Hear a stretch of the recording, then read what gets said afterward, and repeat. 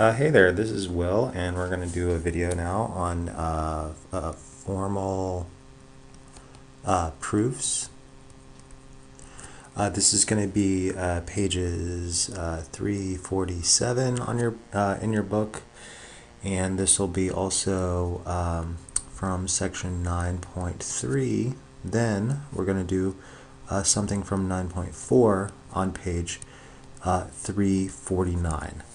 So just so you can kind of follow along, with what we're going to be doing in this video, I have the logical rules over here on the right.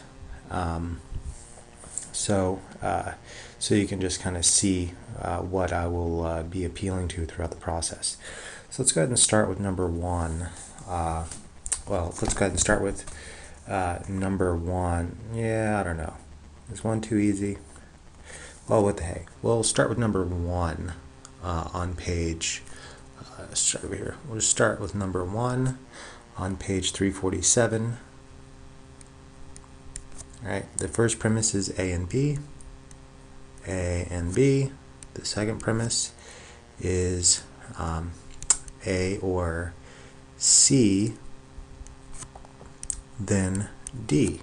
Right. So that's the first and the second premise, and then the conclusion, which I'm just going to denote with a slash and 3 dots, so we don't have to keep going and using extra lines. A and D, right? So that's the conclusion. So on the third line, the author has written A. On the fourth line, the author has written A or C. On the fifth line, the author has written D. Oh man, let me just correct that. Fifth, D. And then on the sixth line, the author has written A and D, right? So that also happens to be the conclusion. So the point of this exercise, right, is to show how you get, is how you get to this conclusion from these premises, right? And these right here, 3 through 6, these are the steps, right? So just remember that. So the whole point of the exercise is you want to show, given these two premises, right? So given these two premises, what steps did you take? These steps right here.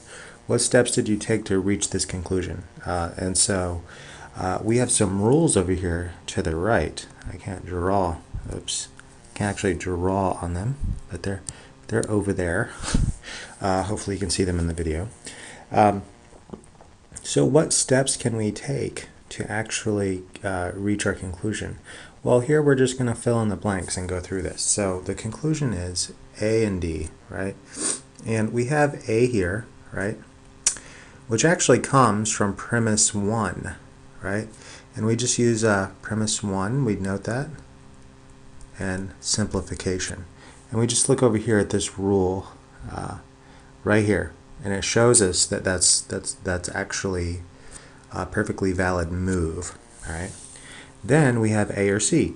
Well, to me, it looks like we've used 3 and the rule addition, right? And if you just look over here at the rule addition, you will see that you can add anything with the disjunctive symbol by appealing to this rule, right? So now we have A or C. Well, if you just look here at A or C then D, right? Well, it looks to me like we have the antecedent right here. So D is the conclusion from 2, 4, and modus ponens. That's how I would justify that. The last line here, let me erase this. The last line seems to be 3 and 5, and the rule conjunction. Right, so we just look over here and we see it. Where is it? Oh, right here, number 8. And it looks like we've justified our conclusion, right? So there, that's all there is to it.